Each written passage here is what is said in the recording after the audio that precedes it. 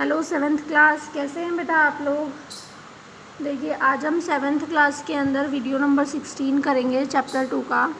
ठीक है, हम क्वेश्चन नंबर 7 पर हैं। हम इस चैप्टर के क्वेश्चन आंसर्स जो हैं उन्हें कर रहे हैं।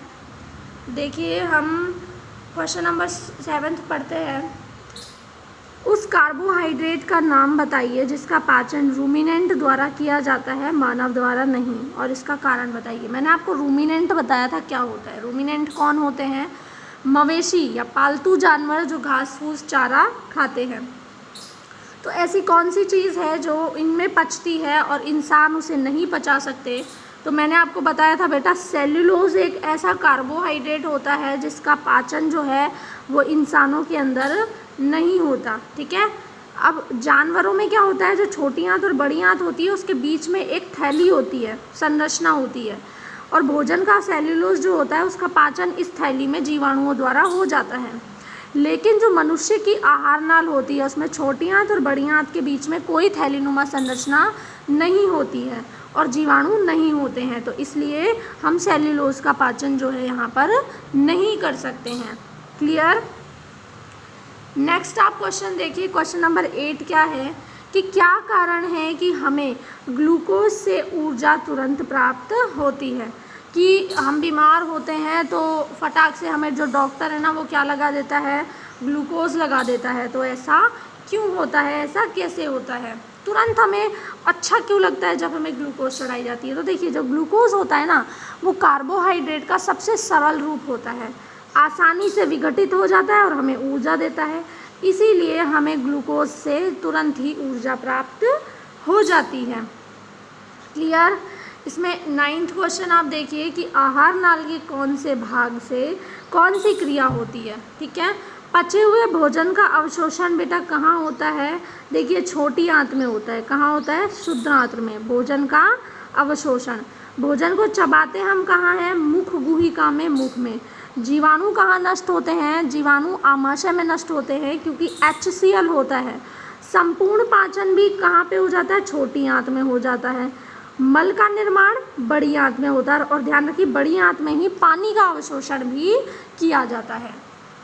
ठीक है, इसके बाद आप 10th क्वेश्चन देखिए कि मानव एवं अमीबा के पोषण में कोई एक समानता और कोई एक अंतर लिखिए। मानव और अमीबा में देखिए बेटा समानता, क्या समानता है अमीबा और मनुष्य में? अमीबा और मनुष्य दोनों ही पाचन प्रक्रम के दौरान, यानी जब हमारा पाचन होता है तो हम जटिल खाद्य पदार्थ यानी बड़े खाद्य पदार्थों को सरल खाद्य पदार्थों में परिवर्तित करते हैं और पाचक रसों का उपयोग करते हैं। तो ये तो हो गई हमारे बीच की समानता, परंतु हमारे बीच की असमानता, यानी कि हमारे जो असमानता है, तो असमानता क्या होती है कि अमीबा में जो भोजन का पाचन है ना बेटा खाद्य धानी में होता है। मैंने आपको बताया था उंगलियों जैसी संरचना है तो इसकी खाद्य धानियों में इसका पाचन होता है।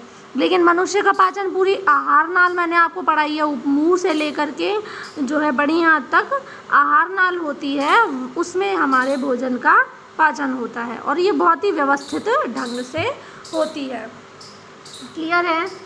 इसके बाद आप 11th क्वेश्चन देखिए। 11th क्वेश्चन में क्या है, कॉलम ए है और कॉलम बी है, मैच आपको करती हैं। लाला ग्रंथि यानी लाला ग्रंथि और जो है ना या फिर लार ग्रंथि, ये दोनों बेटा एक ही चीज़ है। देखिए लार ग्रंथि और लाला ग्रंथि जो भी आपको दिया हुआ है यहाँ पर ये एक ही चीज़ है।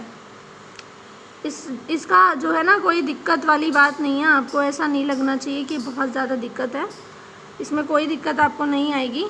सीधे आंसर्स यहाँ पे आपको जो है दिए हुए हैं, सामने ही आंसर लिखा हुआ है। ठीक है, लार ग्रंथि क्या करती है बेटा? लार रस का स्रावन करती है। आमाशय अम्ल का निर्मोचन करता है।